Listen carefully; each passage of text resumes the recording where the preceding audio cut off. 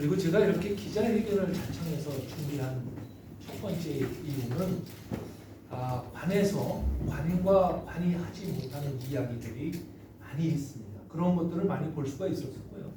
두 번째는 관과 공무원들 사이에서 정치인들과의 삼각관계에서 풀지 못하는 숙제들을 많이 보고 있고요. 그러다 보니까 저라도 정치인이라면 시청에서 하지 못하는 소리를 제가 소리를 좀 내주고 시민들이 듣지 못하는 이야기를 내가 좀 들려주는 그 역할을 좀 해야겠다 해서 오늘 두 번째 하고 있습니다. 내일 이제 세 번째 기자회견도 준비가 되어 있는데 오늘은 이제 효행지구에 대해서 말씀드리는 거거든요. 오늘 큰 목적은 그겁니다. 효행지구가 약 한 130만 평 정도 평방미터를 개발하는데 1300세대가 들어가는 대규모 단지입니다. 이런 대규모 단지임에도 불구하고 녹지 공간이 제대로 마련되어 있지 않아서 이 녹지 공간을 확보를 해나갔다. 이거는 곧 우리 공담 주민들이고 화성 주민들에게 다가올 현실이기 때문에 말씀드립니다. 그리고 1기 신도시부터 3기 신도시까지 가는 동안에 녹지율은 점점 높아져 가고 있는데 그 녹지율이 낮아지고 있다는 것에 대해서 오늘 구체적으로 더 말씀드리려고 합니다. 그래서 오늘 꼭 제가 드리고 싶은 얘기는 화성시에 특히 공담에 새로 만들어지는 신도시라면 누구를 거론하고 정치인이라면 앞장서서 녹지율을 높이는데 앞장서야 되겠다. 이것이 제 생각입니다. 지금부터 기자회견을 하도록 하겠습니다. 사람이 살아가는데 의식주는 꼭 필요한 것입니다. 그 중에서도 한국인의 정서에 크게 관계되는 것은 주택이기 때문입니다. 이왕에 주택을 만들려고 하면 아주 잘 만들어서 우리 아이들하고 화성 시민들이 행복하게 살아가야 해야 합니다. 그럼에도 불구하고 최근 화성 공담 일원에 조성되고 있는 효행지구는 우리 사회의 상식과 반대로 시대에 크게 뒤떨어지는 주택 단지를 조성하려는 것처럼 보여지고 있습니다. 이에 우려를 금할 수 없어 오늘 기자회견을 자청하게 되었습니다.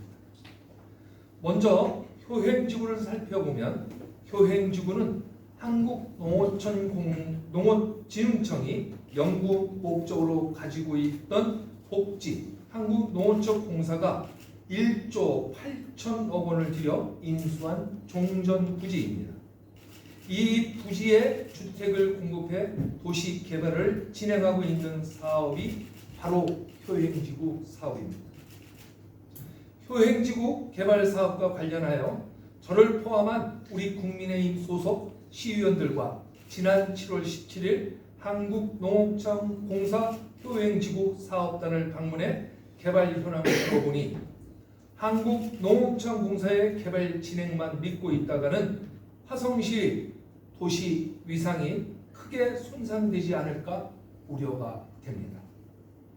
효행지구는 전체 개발 면적은 총 1379평방미터, 약 43만 평 상당의 넓은 부지로 주택단지로 공급할 계획입니다.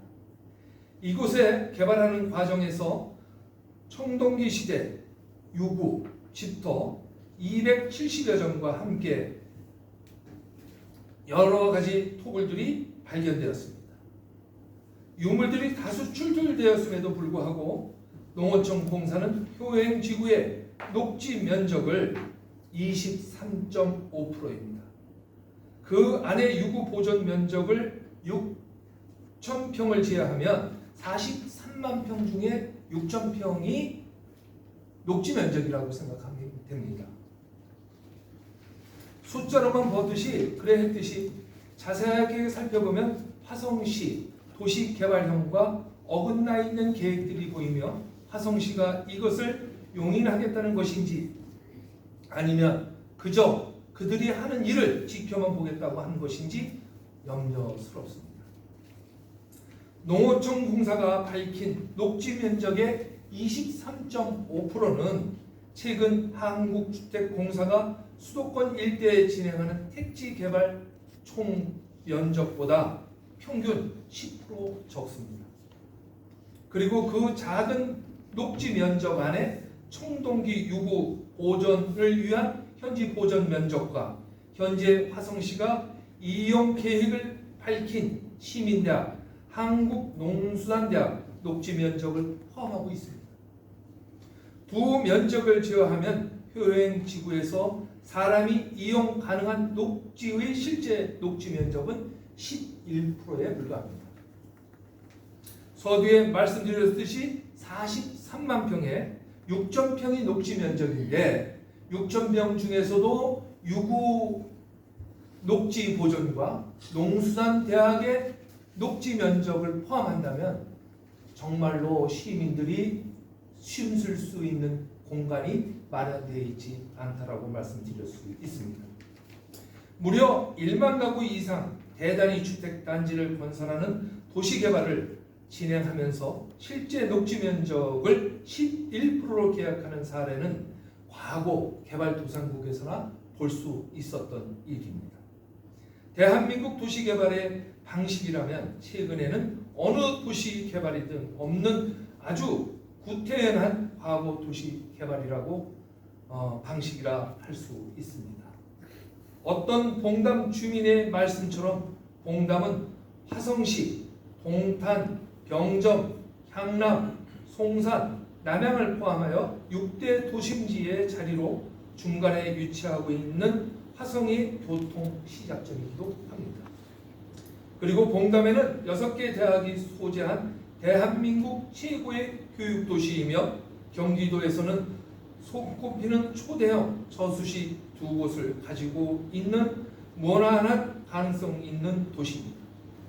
그런데 바로 이곳에 사람이 쉼쉬고 살기에도 벅찬 성남갑 같은 아파트를 대단위로 건설하겠다는 것이 시대의 역행이라 하겠습니다. 최근 어떤 부동산 뉴스를 보더라도 사람을 우선 생각해 녹지를 넓히고 사람이 사람답게 살 수 있는 공간을 확보했다는 소식을 접할 수 있습니다.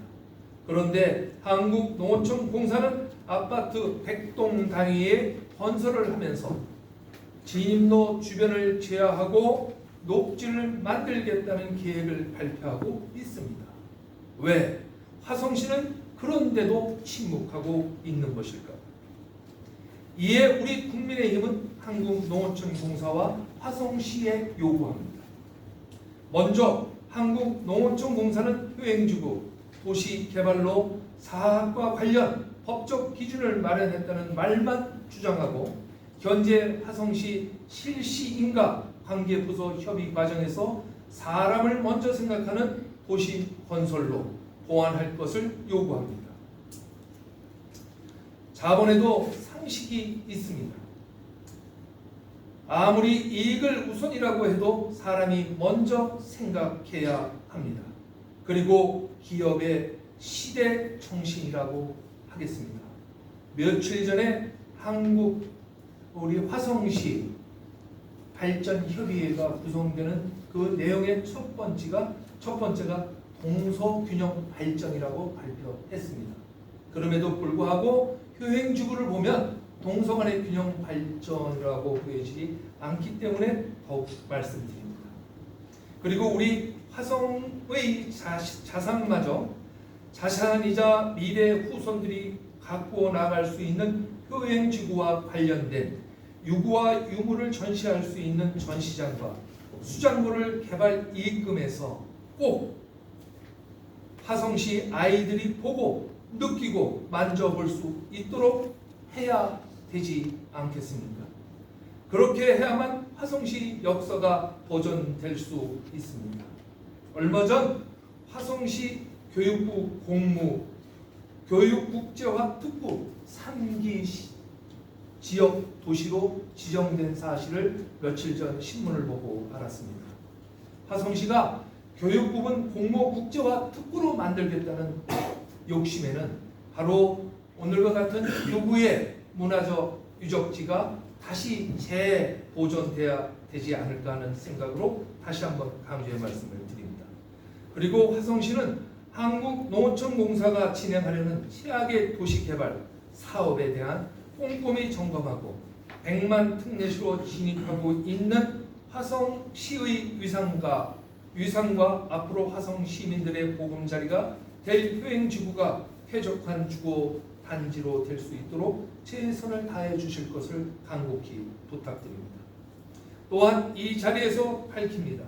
앞으로 봉담은 국토부와 봉담 3기 신도시의 실시 인가 계획에 따라 제4차 국가철도망 구축 계획에 반영되어 국가철도공단을 통해 대응계획 수립 등 관련 절차가 진행 중으로 신분당선이 들어올 예정입니다.